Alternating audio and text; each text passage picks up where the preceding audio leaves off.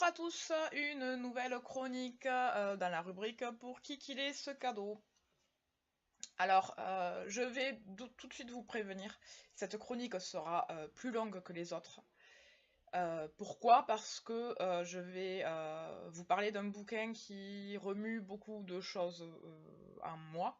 Donc je vais être, dans ce sens, je vais être un petit peu obligée de vous exposer mes opinions, mes façons de voir. Parce que cela explique pourquoi ce livre m'a autant touché. Alors,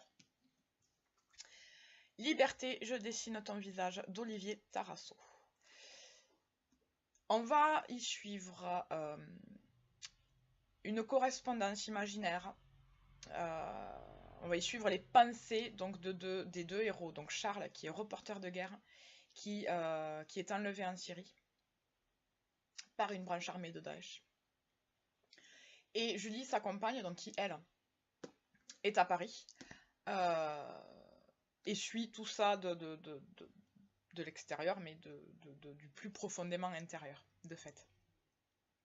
Je vais essayer de développer ça en plusieurs points. Premier point, qui saute aux yeux, qui prend aux tripes, c'est tout cet amour qu'il y a, qui transparaît alors entre Charles et Julie, mais aussi de par l'humanité de l'auteur, on sent vraiment l'humanité qu'il a.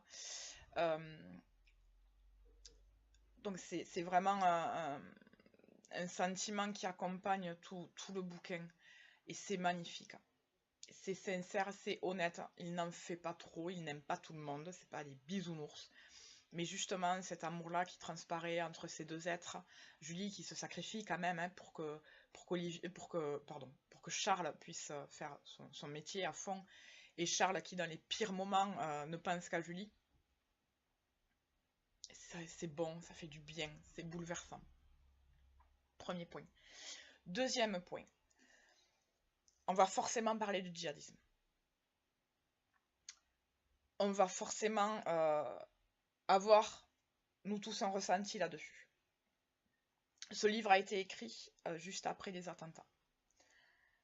Donc, les attentats ont déclenché l'écriture de ce livre. C'est un livre un petit peu, je pense, exutoire pour l'auteur. Néanmoins, et c'est très important, ce n'est pas une récupération. Des récupérations, il y en a eu des centaines. Il y a même eu des récupérations, des récupérations. Alors je m'explique rapidement. Comme tout le monde, nous avons tous été extrêmement touchés par tout ce qui s'est passé.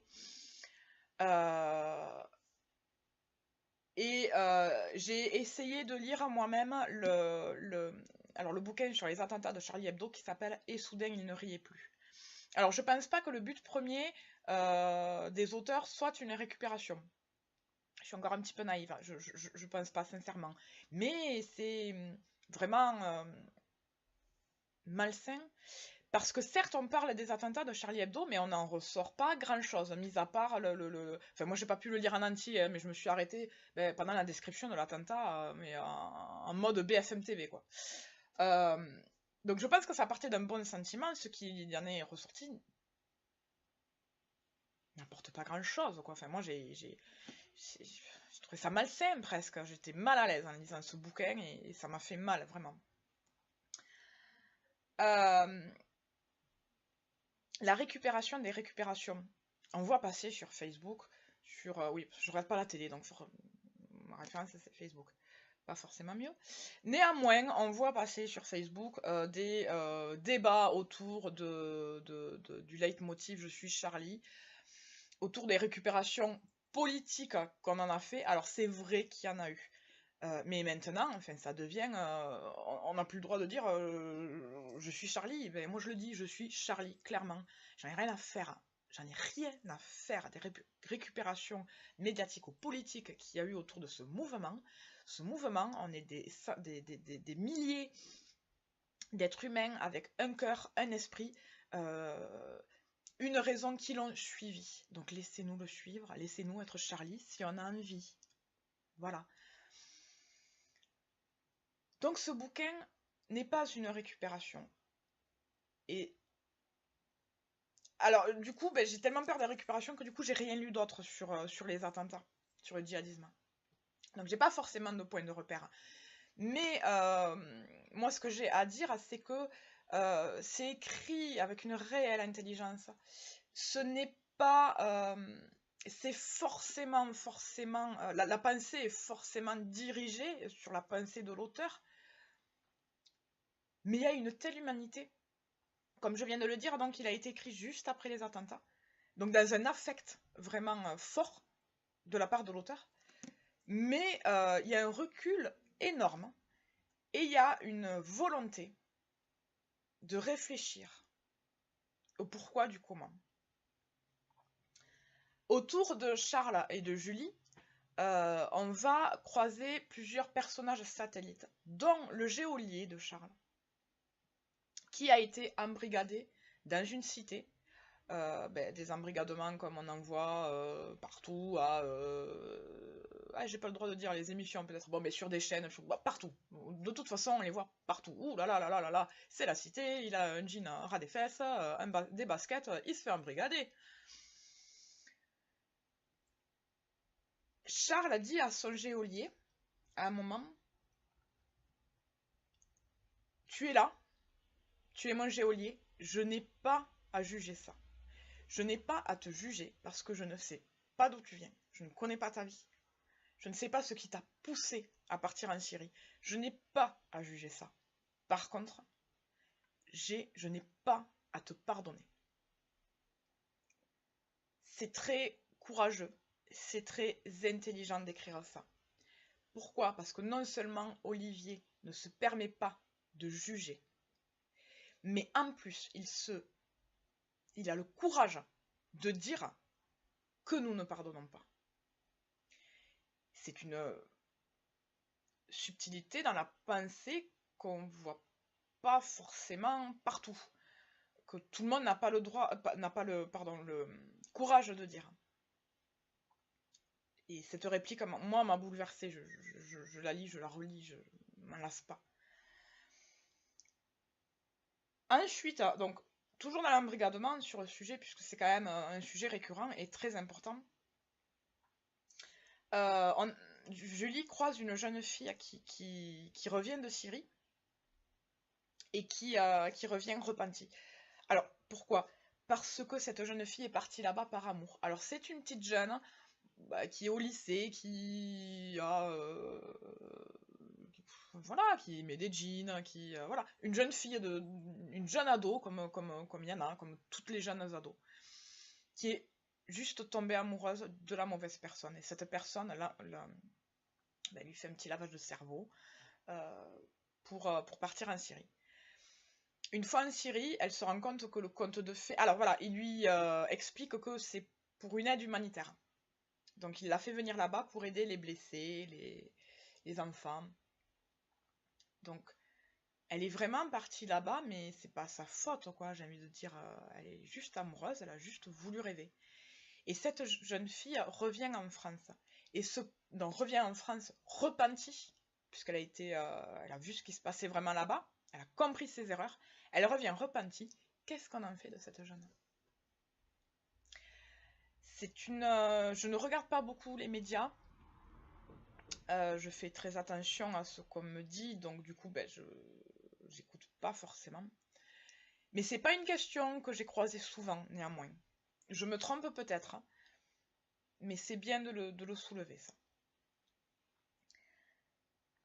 Donc, Olivier va vraiment poser va se poser les bonnes questions sur la source, sur pourquoi ces jeunes partent. Il va vraiment réfléchir à ça. Il fait du contre-amalgame en fait, voilà, c'est ça. Il fait vraiment du contre-amalgame et c'est super, bravo, merci. Un autre point, c'est un livre exutoire. Vraiment. Pour moi, à mon sens, il a été vraiment exutoire. J'ai encore la voix chevrotante parce qu'il y a une foule d'émotions qui sont remontées qu'on ne s'était pas forcément permis de vivre sur l'instant parce que ben, on a tous un métier, des enfants, une famille, et qu'on ne se donne pas forcément le droit de pleurer. Puis parce que aussi peut-être on a culpabilisé, parce que nous on n'a pas été blessés, parce que notre mari est rentré du travail. Et que du coup on ne s'est pas donné forcément le droit de ressentir tout ce qu'on avait à ressentir. Et avec ce bouquin, vraiment, Olivier pose les choses, Olivier n'est pas malsain, Olivier est honnête, sincère, et on peut se permettre de... Moi j'ai vraiment pleuré, quoi, j'ai vraiment, vraiment. D'ailleurs, anecdote importante, quand j'ai commencé à lire, donc, alors j'avoue que je lis pas tout le temps les quatrièmes de couverture quand je reçois des SP, tout simplement parce que ce sont des livres donc, que m'envoient les auteurs pour que je les chronique, et que je ne veux pas avoir d'a priori avant de lire ce bouquin. Parce que si j'avais lu le quatrième, j'aurais eu un a priori, clairement. J'aurais eu peur de la récupération. Et quand j'ai commencé, chapitre 1, l'enlèvement, Charlie. Merde, non, il a pas fait ça, quoi. Donc je lui ai posé la question, je lui ai dit, mais c'est pourquoi t'as appelé le héros Charlie? Alors en fait, le héros ne s'appelle pas Charlie, il s'appelle Charles. Charlie est son surnom. Et il m'a répondu, tout simplement qu'il n'avait pas fait exprès. Il n'a pas fait exprès. Et c'est... Moi, je l'ai pris comme ça, c'est pour dire à quel point ça nous touche, à quel point on y pense quand même tout le temps. Pas de la peur, pas du danger, mais de ce qui s'est passé, de ce que... C'est au-delà de la liberté d'expression, de tout ça. C'est tout simplement ce qu'on a ressenti. Donc c'est un bouquin qui ouvre des millions de questions, des millions de débats, qui fait réfléchir vraiment, qui réfléchit vraiment, qui est très bien écrit, très bien structuré. Il n'y a pas de fausses notes. Et c'est vraiment, voilà, avec tout l'affect qu'il y a autour, hein, c'est ça aussi qui fait que c'est vraiment un vrai coup de cœur. Pour qui qu'il est, ce cadeau, du coup? Honnêtement, vraiment pour tout le monde. Pour tout le monde. Et pour les parents qui ont des ados qui s'inquiètent un petit peu de tout ça, pour ceux qui ont compris aussi peut-être que c'est pas ce qu'on... La vérité n'est pas... Il n'y en a peut-être pas de vérité. Il y a ce qu'on en fait. Et qui voudraient avoir une vision de quelqu'un qui en a fait quelque chose de bien, quelque chose de réfléchi. Mais vraiment, pour tout le monde, allez-y, allez-y. N'hésitez pas, www.bookinery.me pour le commander. J'en ai quelques-uns en stock. Et n'hésitez pas aussi à suivre Olivier Tarasso sur sa page Facebook, Olivier Tarasso. Vous y croiserez des extraits qu'il met souvent. Et voilà, merci Olivier d'avoir écrit ce bouquin avec tout cet affect, sans prendre parti, sans jugement. C'est juste génial, ça fait du bien de lire des livres comme ça. Voilà, à très bientôt pour une nouvelle chronique.